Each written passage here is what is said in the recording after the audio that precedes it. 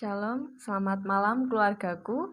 Puji Tuhan, kita masih terus diberikan kesempatan untuk kita boleh bersama-sama beribadah di Doa Rabu 20 Januari 2021. Kita terus bersyukur oleh karena kebaikan Tuhan dalam hidup kita. Oleh karena itu, mari kita bersama menyanyikan pujian syukur kita, Allah itu baik, nomor 162.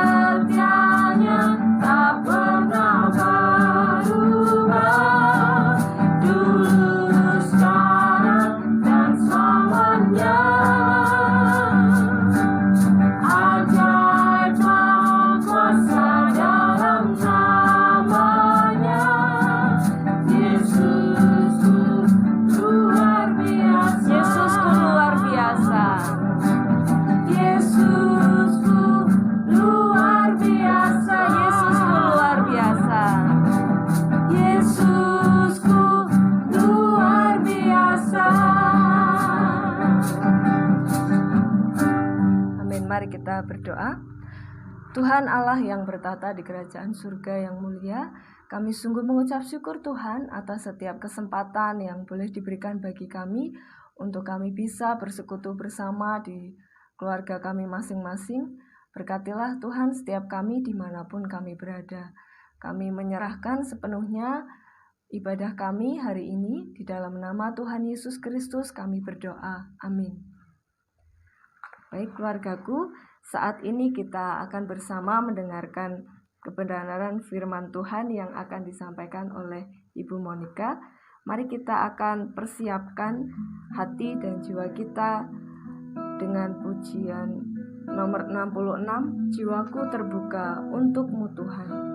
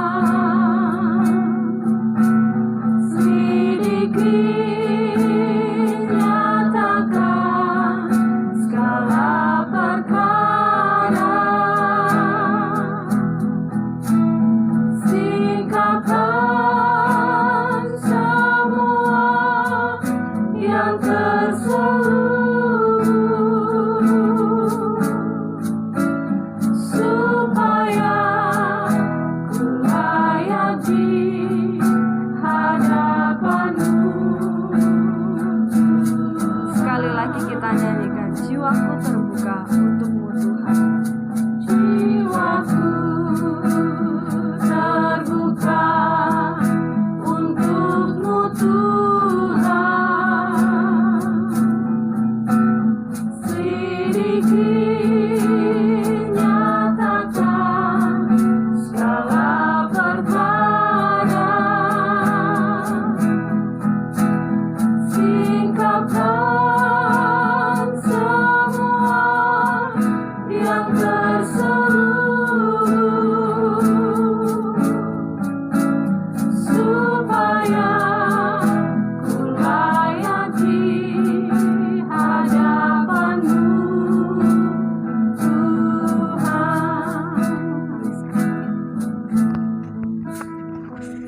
Selamat malam keluargaku, sungguh bersyukur karena kita masih ada kesempatan untuk bisa bersama-sama dalam persekutuan doa Rabu di rumah kita masing-masing. Dan saat ini kita kembali merenungkan apa yang sedang terjadi. Saya kemarin seharian berusaha untuk merenungkan apa yang harus saya sampaikan. Saya sampai pada sebuah memori ketika saya kehilangan adik saya. Itu sesuatu yang tidak menyenangkan.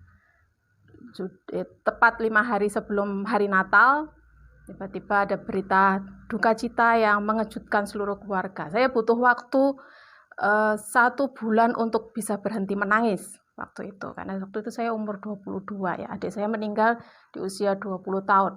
Selama 1 bulan itu saya tidak pernah berhenti menangis. Saya sampai terus mempertanyakan, kenapa ini harus terjadi? Kenapa hal yang buruk terjadi dalam keluarga kami? Itu yang terus-menerus saya pertanyakan. Dan ketika saya mulai bisa menguasai emosi saya, mengendalikan emosi saya mulai mencari tahu kenapa sih Tuhan kok seperti ini.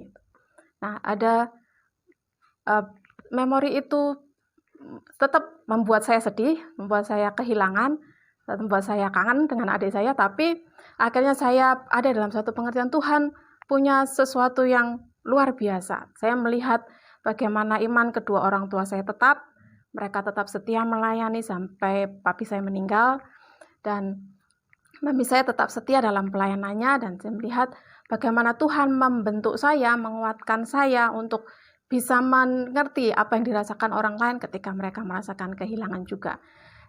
Itu kalau dalam bahasa Inggris namanya blessing in disguise ya. Ada suatu berkat di tengah ketidaknyamanan, di tengah-tengah peristiwa yang tidak mengenakan.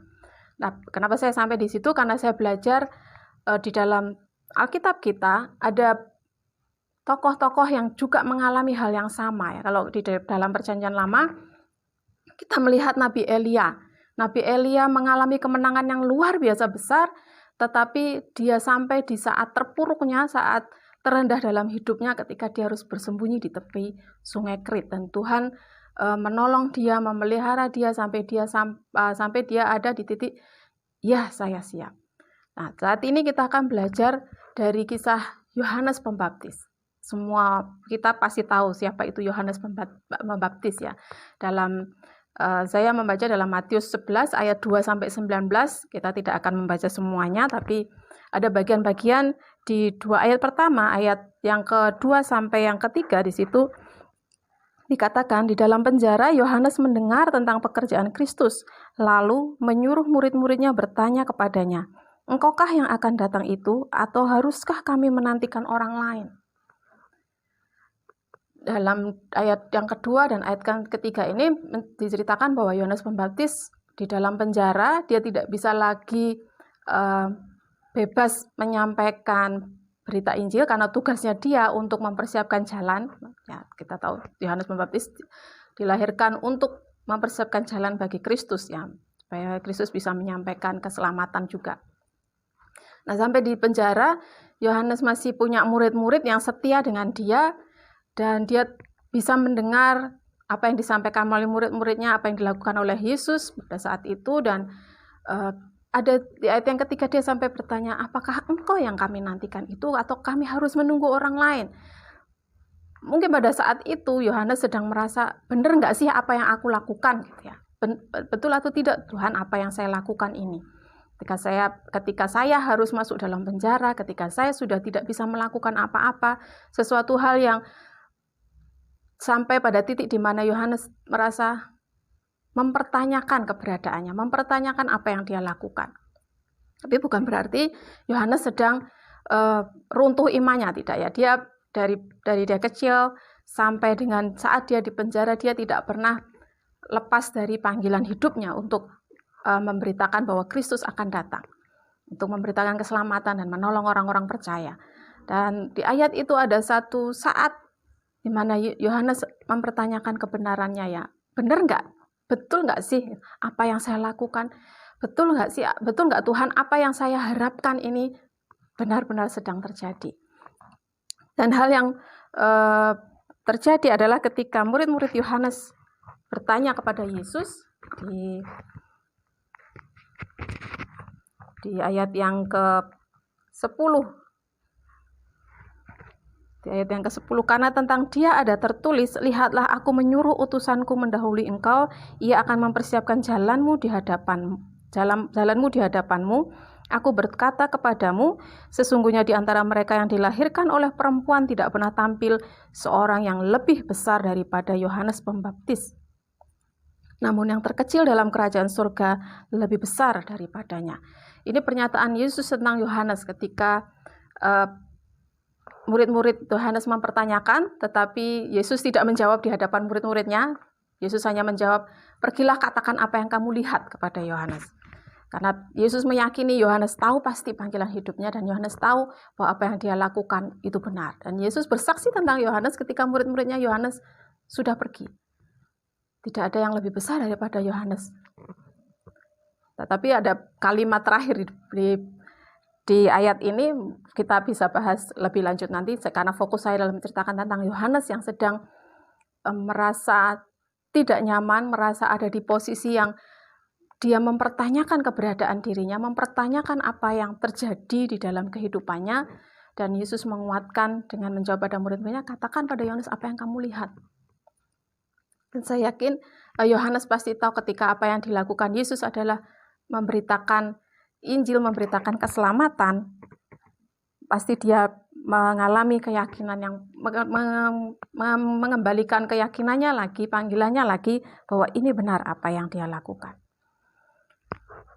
Kenapa saya sampai di ayat ini? Saat ini, semalam saya menulis bahwa tahun lalu kita ada dalam tahun yang saya menyebutnya tahun roller coaster, ya. Kita sepertinya di awal tahun naik, kemudian langsung jatuh, dan terus seperti itu karena pandemi. Dan ketika kita masuki awal tahun ini, semuanya lebih mengejutkan daripada yang kita bayangkan sebelumnya. Mungkin kita akan bertanya, kenapa sih Tuhan kok seperti ini? Kenapa kami tidak bisa bebas lagi bergerak? Kenapa semuanya serba terbatas? Apakah benar ini yang engkau inginkan? Apakah benar kami harus seperti ini terus? Kita melihat melalui Yohanes Pembaptis, seorang yang besar menurut Yesus yang bersaksi sendiri, Yohanes Pembaptis seorang yang besar. Tidak ada yang lebih besar daripada Yohanes Pembaptis. Juga ada pada saat dia mempertanyakan, tetapi Yesus menguatkannya hanya dengan mengatakan, lihat apa yang aku lakukan. Dan pada saat ini saya ingin mengajak keluargaku, mungkin kita memiliki keraguan, mungkin kita memiliki keterbatasan, tetapi apa yang terjadi adalah Yesus meminta kita, lihatlah apa yang aku lakukan di dalam kehidupanmu. Lihatlah apa yang aku lakukan di lingkungan sekitarmu. Oke, jadi keluargaku, Yesus sudah menunjukkan jawabannya di dalam setiap langkah kehidupan kita. Dalam setiap saat hidup kita, Yesus sedang melakukan karyanya yang luar biasa sesuai dengan panggilan hidup yang Tuhan berikan di dalam kehidupan kita masing-masing.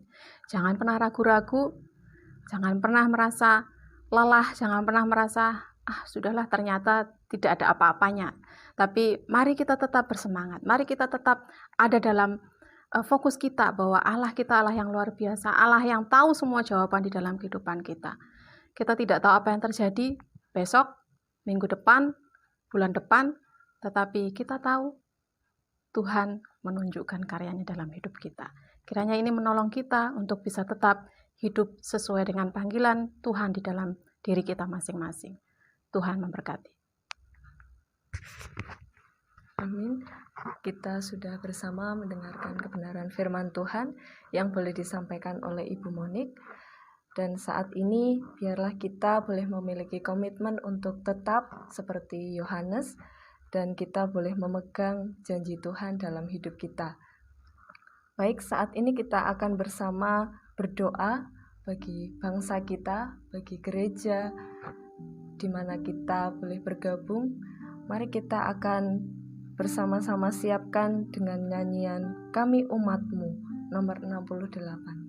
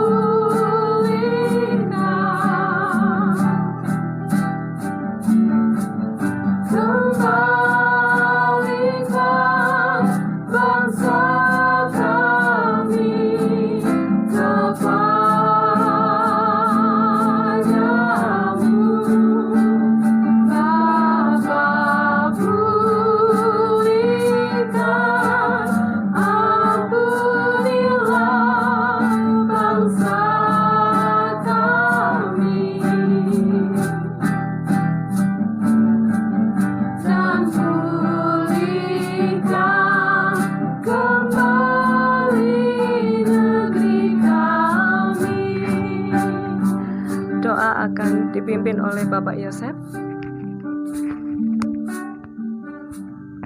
Sungguh kami sangat bersyukur Tuhan untuk setiap penyertaan dan kebaikan Tuhan yang kami rasakan. Sekalipun kami di tengah-tengah pandemi, kami senantiasa bersyukur oleh karena kebaikan Tuhan kami boleh hidup hingga saat ini Tuhan. Dan saat ini kami mau bersehati, kami mau berdoa untuk bangsa kami. Tuhan pulihkan bangsa ini, Tuhan tolong bangsa ini kembalikan sehingga masyarakat boleh melihat kasih Tuhan yang begitu luar biasa. Kami rindu beraktivitas seperti dahulu kala sebelum ada pandemi, kami boleh bebas beraktivitas, melakukan kegiatan, pekerjaan. Kami rindu untuk melakukan hal-hal tersebut Tuhan. Ketika ada pandemi ini, sungguh kami sangat terbatas. Kami terbatas dalam beraktivitas, bekerja, dan itu sangat berdampak bagi banyak orang. Ketika lapangan pekerjaan, ketika banyak orang kehilangan mata pencarian, membuat mereka mengalami kesulitan, penderitaan di tengah pandemi ini. Kami memohon belas kasihan Tuhan supaya pandemi ini boleh usai berlalu sehingga masyarakat yang kehilangan pekerjaan boleh kembali bekerja seperti dahulu kala Tuhan.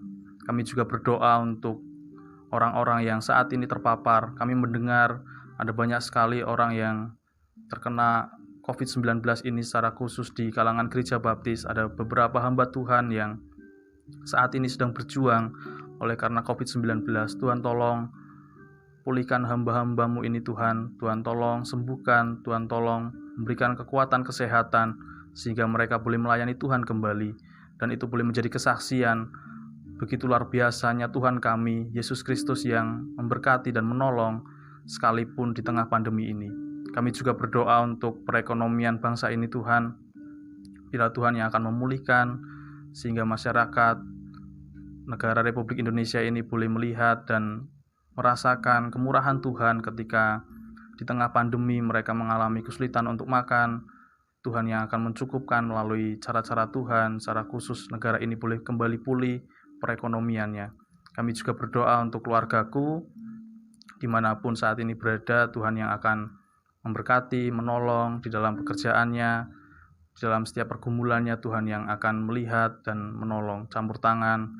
Dan secara khusus untuk pemerintahan negara kami juga berdoa untuk presiden kami. Biarlah Tuhan memberikan hikmat di dalam memberikan kebijakan bagi pemerintahan, bagi rakyat, sehingga kebijakan-kebijakan yang telah ditetapkan boleh menjadi sarana untuk berhentinya atau menyelesaikannya masalah pandemi ini Tuhan. Kami terus berdoa supaya kami, setiap masyarakat Indonesia boleh memiliki kerendahan hati, mematuhi protokol kesehatan. Dan biarlah kami boleh saling bekerja sama antara pemerintah dan rakyat Indonesia sehingga menjadi jalan keluar untuk penyelesaian pandemi ini Tuhan. Terima kasih, kami menyerahkan setiap pergumulan kami, kehidupan kami hanya ke dalam tangan kuasa Tuhan, karena kami meyakini bahwa Engkau Allah yang sungguh campur tangan di dalam setiap kehidupan kami. Di dalam nama Tuhan Yesus Kristus kami telah berdoa dan mengucap syukur. Haleluya. Amin.